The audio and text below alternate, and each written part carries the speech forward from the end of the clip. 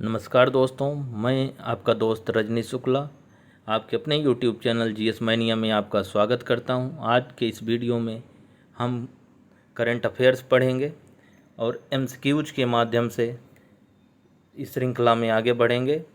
चलिए बिना वक्त गंवाए प्रश्नों पर चलते हैं। आज का पहला प्रश्न है, रामागुंडम फ्लोटिंग सोलर प्रोजेक्ट जिसका हाल ही में प्रधानमंत्री जी द्वारा लोकार्पण किया गया, किस राज्य में स्थापित है? ए केरल, बी तेलंगाना, सी आंध्र प्रदेश, डी कर्नाटका। इसका सही उत्तर है बी तेलंगाना। ए प्रधानमंत्री मोदी जी ने जुलाई 2022 में उज्ज्वल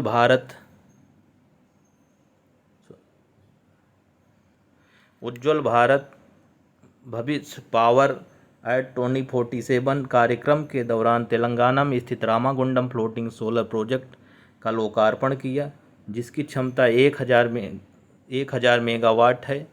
यह प्रोजेक्ट एनटीपीसी द्वारा स्थापित सोलर प्रोजेक्ट में भारत का अब तक का सबसे बड़ा फ्लोटिंग सोलर प्लांट है। ठीक। हाल ही में लंगत सिंह कॉलेज में अवस्थित वेधशाला बिहार के किस जिले में अवस्थित है? इसका option A Muzaffarpur, B Patna, C Bhagalpur, D Gaya. इसका सही उत्तर है ए मुजफ्फरपुर। लंगत सिंह कॉलेज में अवस्थित वेधशाला का निर्माण वर्ष 1916 में किया गया था। भारत में अपनी तरह का यह पहला तारामंडल था। इस वेधशाला के उपकरण इंग्लैंड से मंगाए गए थे, जिसे हाल ही में अगस्त 2022 में यूनेस्को की विरासत वेधशाला की सूची में शामिल किया गया है। ठीक। नेक्स्ट प्रश्न, 18 जुलाई 2022 को शुरू किया गया नमस्ते योजना किससे संबंधित है? नमस्ते योजना किससे संबंधित है? सेप्टिक टैंक एवं सीवर की सफाई कार्य में होने वाली मौतों को शून्य करने के लिए, दिव्यांगों की स्थिति को सुधारने के लिए, अनुसूचित जनजाति के छात्रों को उच्च शिक्षा के लिए, महिला उद्यमियों को रियायत दरों पर ऋण उपलब्ध कराने के लिए। इसका सही विकल्प है विकल्प ए, सेप्टिक टैंक एवं सीवर की सफाई कार्य में होने वाली मौतों को शून्य करने के लिए। ठीक। इसका आइए विश्लेषण देखते हैं। नमस्ते योजना पेय और स्वच्छता विभाग, सामाजिक न्याय एवं अधिकारिता मंत्रालय, आवास एवं शहरी मंत्रालयों के मंत्रालय की एक संयुक्त परियोजना है। इसका उद्देश्य भारत में स्वच्छता कार्यों में शून्य मृत्यु जैसे परिणाम प्राप्त करना है। यह योजना यह सुनिश्चित करेगी कि कोई भी सफाई कर्मचारी मानव मल के सीधे संपर्क में नहीं आए और सभी सीवर और सेप्टिक टैंक सफाई कर्मचारियों के पास वैकल्पिक आजीविका तक पहुंच हो। ठीक। वर्ष 1993 में मैला ढोने वाले पर रोक लगाने वाला कानून पारित किया गया था। सफाई कर्मचारी नियोजन और शुष्क शौचालय का निर्माण प्रतिबंध अधिनियम 1993 के द्वारा देश में हाथ से मैला ढोने की प्रथा तथा शुष्क शौचालयों का निर्माण को प्रतिबंधित कर दिया गया था। यही से संबंधित अन्य फैक्ट हैं। आइए नेक्स्ट प्रश्न पर चलते हैं। जुलाई 2022 में टाइम पत्रिका द्वारा जारी विश्व के महानतम स्थलों की सूची 2022 में भारत के कौन से स्थल शामिल हैं? जयपुर, अहमदाबाद, गोवा तथा जयपुर, अहमदाबाद तथा केरल तथा वाराणसी। इसका सही विकल्प है अहमदाबाद तथा Kerala.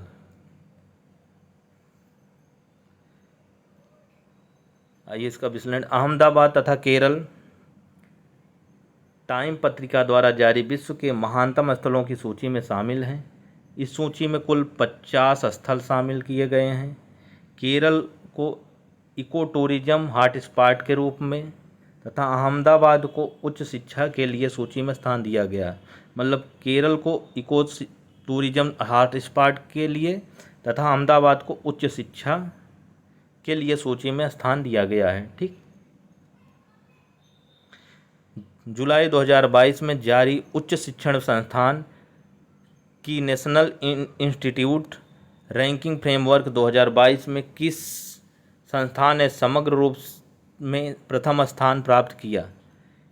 Option A IIM Ahmedabad, भारतीय विज्ञान संस्थान बेंगलुरु, IIT मद्रास, IIT बॉम्बे। इसका सही विकल्प है IIT मद्रास। इससे संबंधित फैक्ट देखते हैं। नेशनल इंस्टीट्यूट रैंकिंग फ्रेमवर्क 2022 को केंद्रीय कौशल विकास एवं उद्यमिता मंत्री धर्मेंद्र प्रधान ने जारी किया। इस रैंकिंग रिपोर्ट में IIT मद्रास को समग्र श्रेणी में प्रथम, विश्वविद्यालय की श्रेणी में भारतीय विज्ञान संस्थान बेंगलुरु, इंजीनियरिंग श्रेणी में IIT मद्रास, चिकित्सा श्रेणी में अखिल भारतीय आयुर्विज्ञान संस्थान नई दिल्ली यानी एम्स, प्रबंधन श्रेणी में IIM अहमदाबाद, अनुसंधान श्रेणी में भारतीय विज्ञान संस्थान बेंगलुरु, आर्किटेक्चर श्रेणी में IIT रुड़की। भारतीय विज्ञान संस्थान बेंगलुरु को 3 श्रेणियों में यह पुरस्कार दिया गया है। प्रथम विश्वविद्यालय श्रेणी में, दूसरा अनुसंधान श्रेणी में, 2 ही श्रेणी में दिया गया। नेक्स्ट प्रश्न, हाल ही में जुलाई 2022 में भारत में कहाँ पर निर्मित स्वयं से सबसे लंबे डबल डेकर सेतु ने विश्व रिकॉर्ड हासिल किया? लखनऊ, नागपुर, गांधीनगर, हैदराबाद। इसका सही उत्तर है विकल्प बी नागपुर।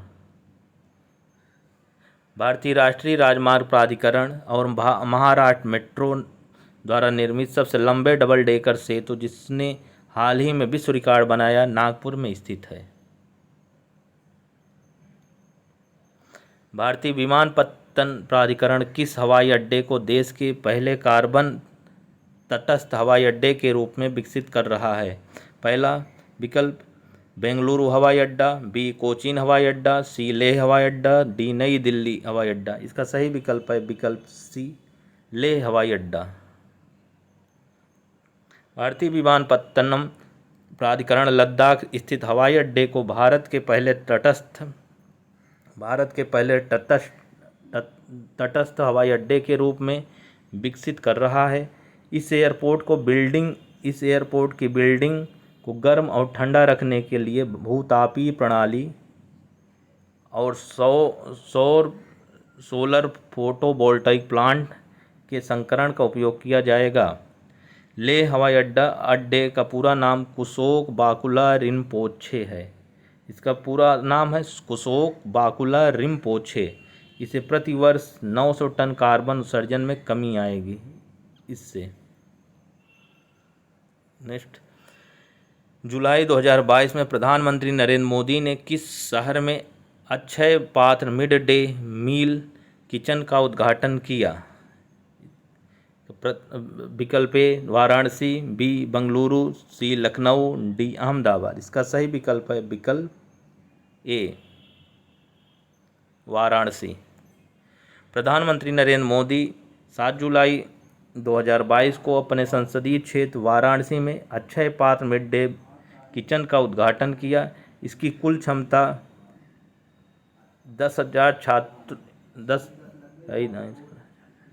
1 लाख छात्रों के लिए भोजन पकाने तथा 150 सरकारी स्कूलों को कवर करने की है। सितंबर 2021 में मिड डे मील का नाम बदलकर प्रधानमंत्री पोषण शक्ति निर्माण कर दिया गया है। सितंबर 2021 में इस योजना का नाम बदलकर प्रधानमंत्री पोषण शक्ति निर्माण कर दिया गया है। ठीक। नेक्स्ट, जल जीवन मिशन के अंतर्गत देश का 100% हर घर जल वाला प्रमाणित पहला जिला कौन है? विकल्प ए इंदौर, बी वाराणसी, सी बुरहानपुर, डी शहडोल। इसका सही विकल्प है विकल्प सी बुरहानपुर। यह उपलब्ध हासिल करने वाला जिला बुरहानपुर है, जो मध्य प्रदेश का एक जिला है। इसे दक्षिण का दरवाज़ा भी कहा जाता है। जल जीवन मिशन की शुरुआत 15 अगस्त 2019 को किया गया था। भारत सरकार ने 2024 तक देश के सभी ग्रामीण घरों में नल कनेक्शन के माध्यम से पर्याप्त और सुरक्षित पेयजल आपूर्ति के लिए जल जीवन मिशन की शुरुआत की। इस योजना के तहत प्रत्येक ग्रामीण परिवार के प्रति व्यक्ति को 50 लीटर स्वच्छ पेयजल प्रतिदिन उपलब्ध कराना है। कितने लीटर? 55 लीटर स्वच्छ पेयजल प्रतिदिन उपलब्ध कराना है। ठीक। नेक्स्ट प्रश्न, जुलाई 2022 स्वयं के इंटरनेट सेवा वाला देश का पहला राज्य कौन बना? हरियाणा, गोवा, केरल, कर्नाटक। इसका सही विकल्प है विकल्प सी, केरल। हाल ही में Kerala fibre optic network limited को इंटरनेट सेवा प्रदाता लाइसेंस मिलने के बाद केरल देश का पहला और इकलौता राज्य है जिसके पास अपनी इंटरनेट सेवा है। Kerala fibre optical network limited की शुरुआत वर्ष 2019 में की गई थी। इस योजना के अंतर्गत 30,000 सरकारी कार्यालयों और बीपीएल परिवारों को मुफ्त इंटरनेट सेवा प्रदान की जाएगी। अगला प्रश्न, प्रधानमंत्री नरेंद्र मोदी ने स्वतंत्रता सेनानी अल्लूरी सीताराम राजू की कांस्य प्रतिमा का अनावरण किस स्थान पर किया? त्रिचुरापल्ली, बी श्रीनागपट्टनम, सी श्री भीमावरम, डी श्रीकाकुलम। इसका सही विकल्प है सी श्री भीमावरम। 4 जुलाई 2022 को प्रधानमंत्री नरेंद्र मोदी आंध्र प्रदेश के पश्चिमी गोदावरी जिले में श्री भीमावरम में स्वतंत्रता सेनानी अल्लूरी सीतारमन राजू की कांस्य प्रतिमा का अनावरण किया। इस प्रतिमा की लंबाई ऊंचाई 30 फीट है। अगला प्रश्न, हाल ही में अखिल भारतीय शिक्षा समागम कहाँ आयोजित किया गया था? विकल्प ए प्रयागराज, विकल्प बी वाराणसी, विकल्प सी अयोध्या, विकल्प डी हरिद्वार। इसका सही विकल्प है विकल्प बी वाराणसी। अखिल भारतीय शिक्षा समागम का आयोजन उत्तर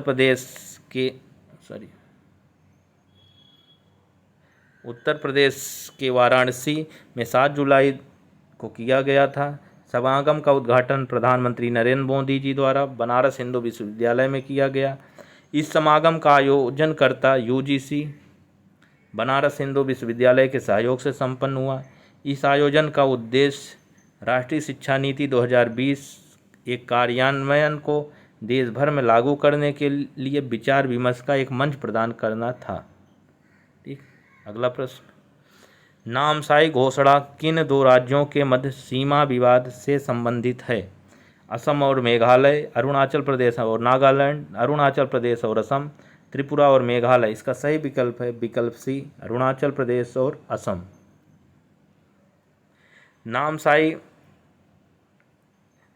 नामसाई घोषणा 15 जुलाई 2022 को असम के मुख्यमंत्री हेमंत बिस्व शर्मा, अरुणाचल प्रदेश के मुख्यमंत्री पेमा खांडू के मध्य अरुणाचल प्रदेश के नामसाई नामक स्थान पर संपन्न हुई।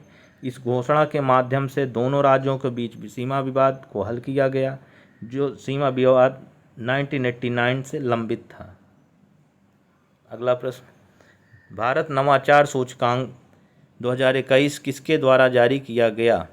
विज्ञान एवं प्रौद्योगिकी मंत्रालय द्वारा, वित्त मंत्रालय द्वारा, नीति आयोग द्वारा, वाणिज्य मंत्रालय द्वारा। इसका सही विकल्प है विकल्प सी नीति आयोग द्वारा।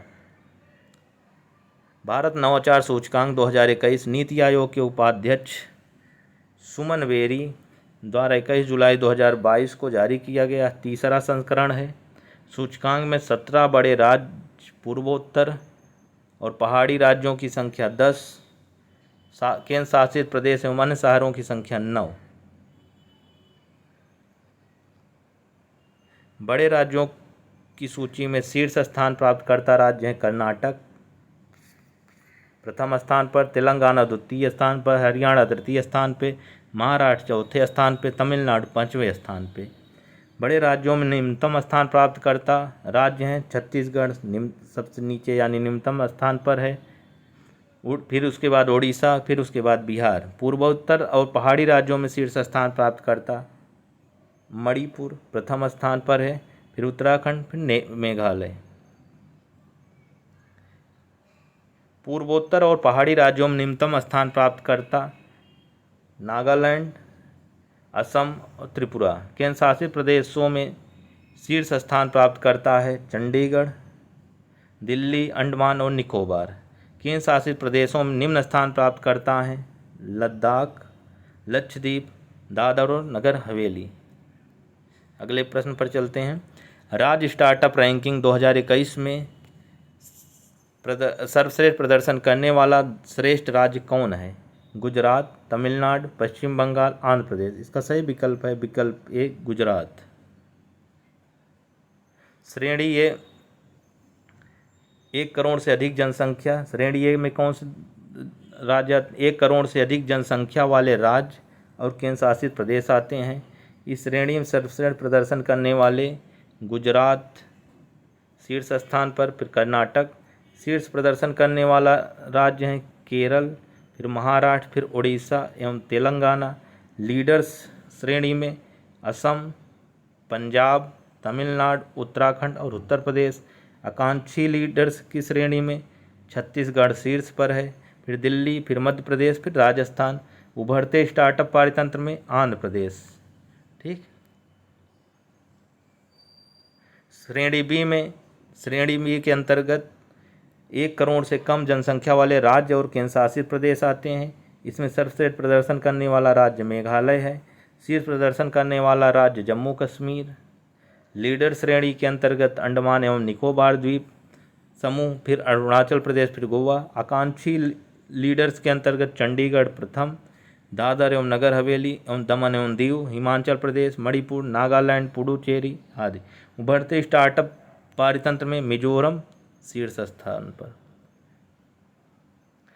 नेक्स्ट अगला प्रश्न, भारत का पहला लैवेंडर फेस्टिवल किस राज्य में आयोजित किया गया? जम्मू कश्मीर, मध्य प्रदेश, सिक्किम, हिमाचल प्रदेश। इसका सही विकल्प है विकल्प ए जम्मू कश्मीर। अगला प्रश्न, किस राज्य सरकार ने फ्रूट सॉफ्टवेयर लॉन्च किया है? आंध्र प्रदेश, तेलंगाना, कर्नाटक, केरल। इसका सही विकल्प है विकल्प सी कर्नाटक। हाल ही में राष्ट्रीय खाद्य प्रयोगशाला उद्घाटन कहाँ किया गया?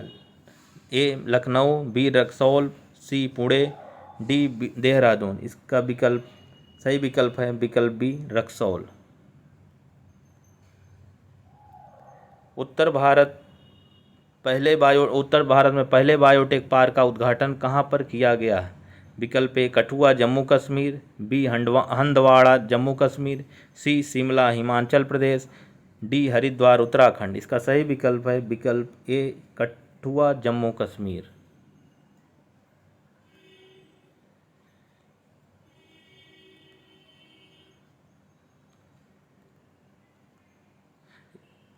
पार्क का कार्य यह जैव विविधता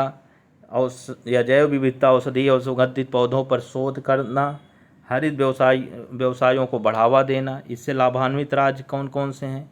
जम्मू कश्मीर एवं लद्दाख के अतिरिक्त पंजाब, हरियाणा और हिमाचल प्रदेश। ये आज की वीडियो का अंतिम प्रश्न था। अगर आपका मेरा कंटेंट आपको अच्छा लगे तो मेरे चैनल को सब्सक्राइब, लाइक एवं शेयर करना ना भूलें और बेल आइकन ज़रूर दबाएं ताकि हमसे आप अपडेट रहें, हमारी वीडियो की सूचना आपको मिलती रहे। धन्यवाद।